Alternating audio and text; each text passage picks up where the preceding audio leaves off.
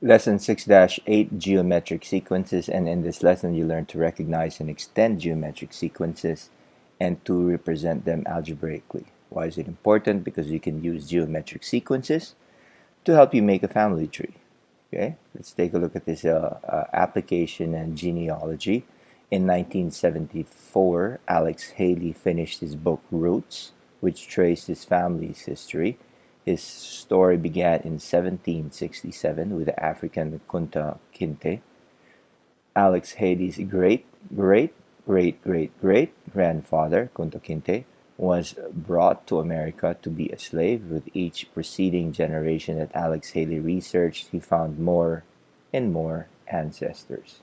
Okay, so you can use a pattern to find a number of ancestors. Alex Haley had back to Kunta Kinte's generation. The number of ancestors doubles, okay, as shown below. So this is uh, a good example of what a family tree looks like. Okay, so generation number one, we have Alex Haley, that's the author. Okay, and generation number two, he had his parents, so it doubles every single time for each generation, and then the grandparents and so on and so forth all the way down. So if you notice, the generation doubles, or the number of people, okay, doubles as you go down the family tree. In generation 8, there are already 128 ancestors that he had drawn up. Okay? So in this case, each term, okay, the list of numbers 1, 2, 3, 4, 8, 16, 32, 64, 28 forms what we call a geometric sequence. Each term in the geometric sequence increases or decreases by a common factor called the common ratio. Okay, so you might think, well, when they say a common factor, why is it called a common ratio? Okay, we'll explain that later. The number of ancestors doubles in each generation, so the common ratio for the sequence is 2.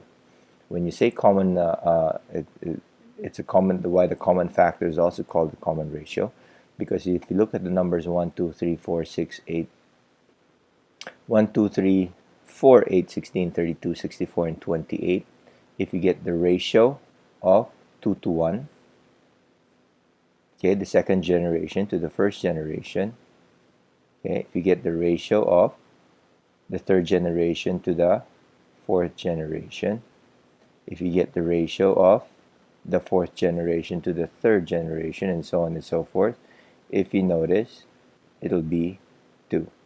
And that's why it's called the common ratio, because of that. Okay, so you basically get the ratio of the second term to the first term with the first term, and you get your common ratio, which can also be your common factor.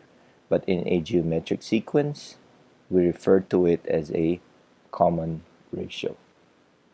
Okay, so let's define a geometric sequence.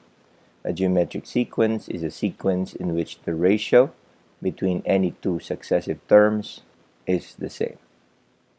Okay, let's take a look at example number 1, see how this works. State whether each sequence is geometric. If so, state the common ratio and list the next 3 terms.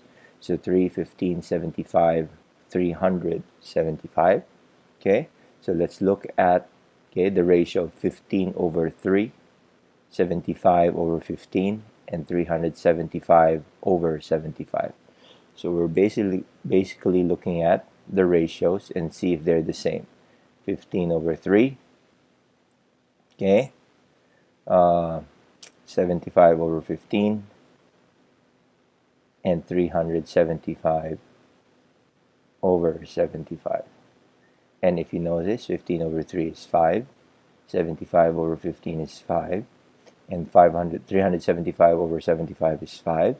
Okay, we have a common ratio of 5.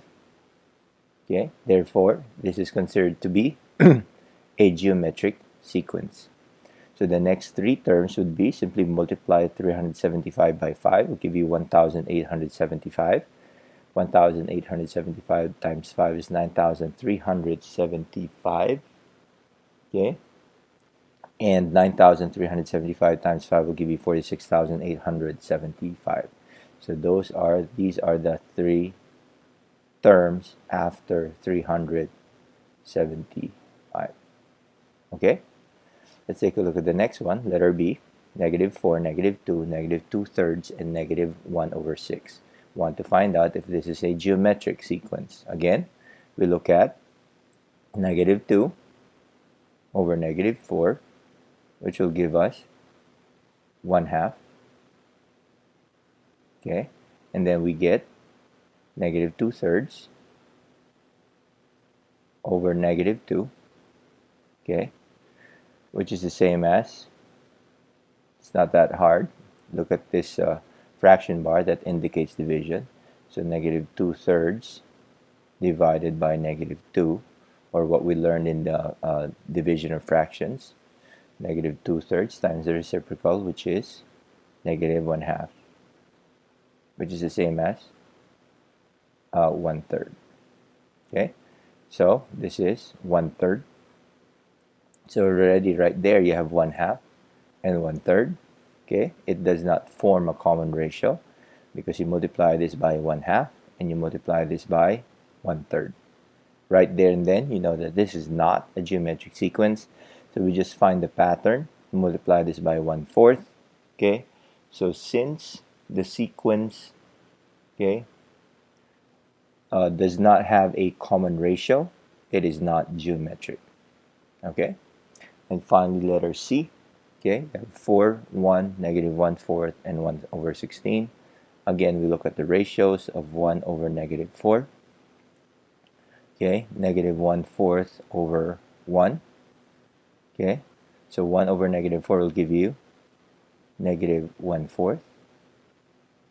Okay, -1/4 over 1 will give you -1. -1/4 as well. And if you notice here, you are coming up with a common ratio. So basically you multiply all the terms by -1/4. Okay, and this forms a common ratio. Okay, so this sequence is geometric.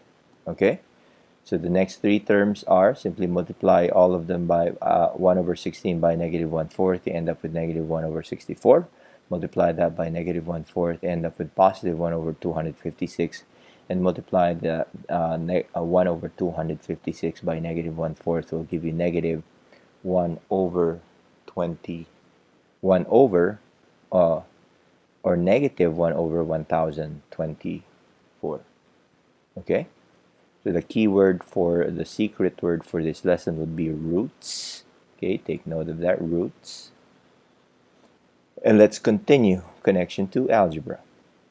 If we know the first term of a geometric sequence and the common ratio, we can find any other term of the geometric sequence. Consider the sequence 3, 12, 48, and 192. So we want to find an algebraic expression that will represent our geometric sequence. But before we do that, let's look at this example 3, 12, 48, and 192. So here's how to write an expression that represents a term in the sequence. The first term is A. We will represent that with, the first term is 3. We will represent that with A. Okay, the common ratio is 4. We will call that common ratio R. So remember, A represents first term, R represents a common ratio. Okay, so let's look at the sequence. Okay, our first term is 3, just like what we have here. 3, so it's 3 as a sequence. Factors of a term is 3. Term using exponents, the first term, they're all writing it down as 3. And since we want to represent our first term with A, so as a variable, our first term would be A. We know that our second term would be 12, okay, as our sequence. Okay, so the factors of 12, factors of the term 12 would be 3 times 4. Using exponents, it would be 3 times 4 to the first power. Okay, and if we use the variables, it'll be 8 times r to the first power. because the common ratio is r. So remember here, okay, our common ratio would be 12. That's the reason why we multiply this by 4, okay? And since the exponent of 4 is 1, we call it 4 to the first power, and we represent our common ratio with r, so it's ar to the first power. Okay, going back to our example, the third term is 48, and that means using factors of a term, that would be 3 times 4 times 4, or multiplied by the common ratio again. Using exponents, that would be 3 times 4 to the second power, and again using it as variables, it will be ar to the second power. Okay, and let's look at the fourth term, which is 192. Factors of that term would be 3 times 4 times 4 times 4, and then as exponents, that would be 3 times 4 to the third power, and following the pattern, this would be a times r to the third power. Okay, so what is now the sequence if it's in the nth power? Okay, so if you follow that sequence, we're basically doing this.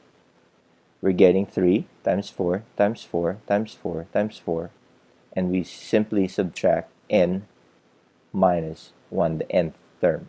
Why? Because in this case, okay, you have the fourth term, okay, but you only have 3 common ratios that have been multiplied to your original first term. Okay, so fourth term 3, that's why it's n minus 1. Third term 2, that's why it's n minus 1. Okay, second term 1, okay, that's 2 minus 1 will give you 1. 3 minus 2 will give you 2, and 4 minus 1 will give you 3. Okay, term using exponents would be 3 times 4 raised to the negative 1.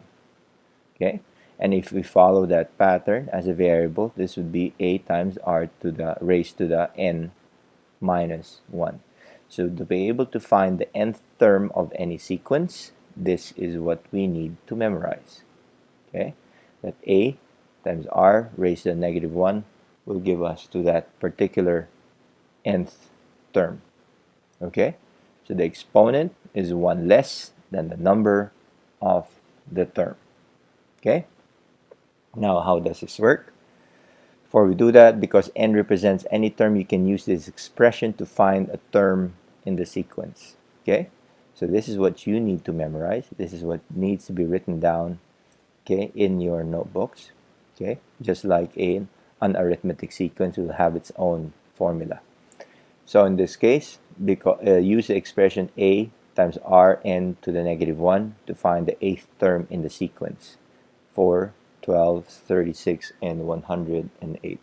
So we know for a fact that a is the first term, r is the common ratio, and n is the term that we want to find. So in this case, n would be equal to 8. Okay, so let's do that. First term is 4, so a is equal to 4.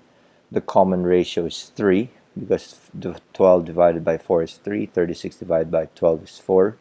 Sorry, it's 3. 108 over 36 is 3, so the common ratio is 3.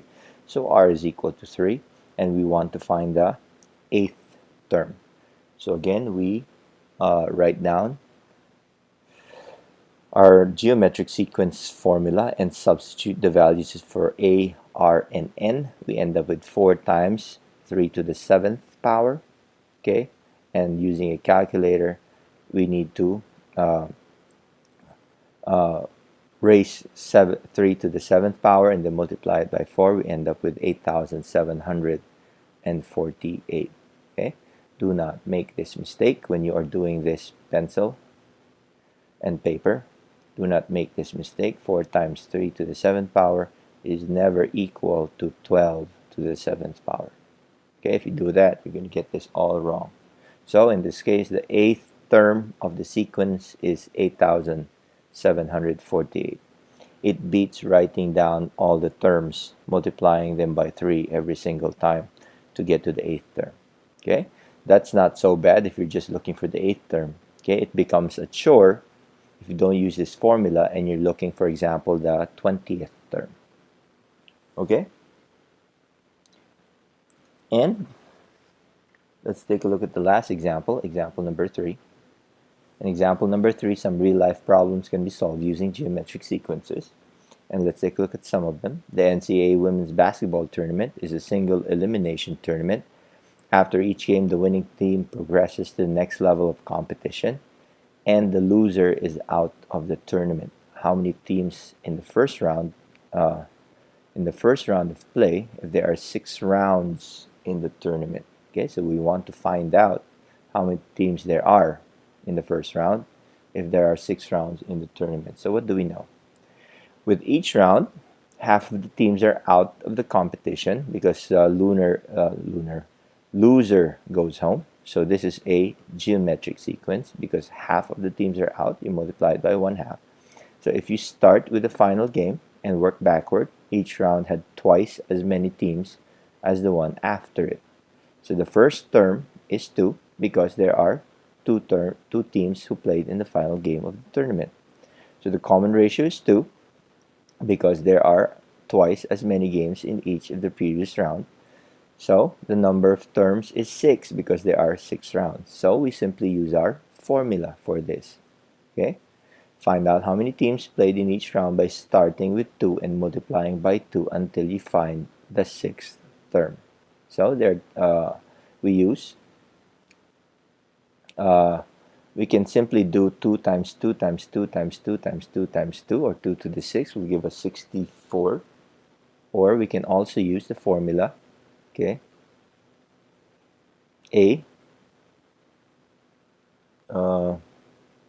put it here, A times R to the n minus 1, where A is equal to 2, R is equal to 2, and n is equal to 6. If we use this formula, look at this carefully, end up with 2 times 2 to the 2 minus 1, 6 minus 1, because there are 6 rounds. Okay, end up with 2 times 2 to the 5th power, or same thing, using the rules of exponents, this is 2 to the 6th power. Same thing. Okay, so that would give you 64 teams. And if we examine our answer, okay, we use that formula and we end up with the same answer. Okay, so the solution checks out. And that is the end of our lesson. Okay, remember the word that I mentioned in the middle of this lesson. Thank you for watching.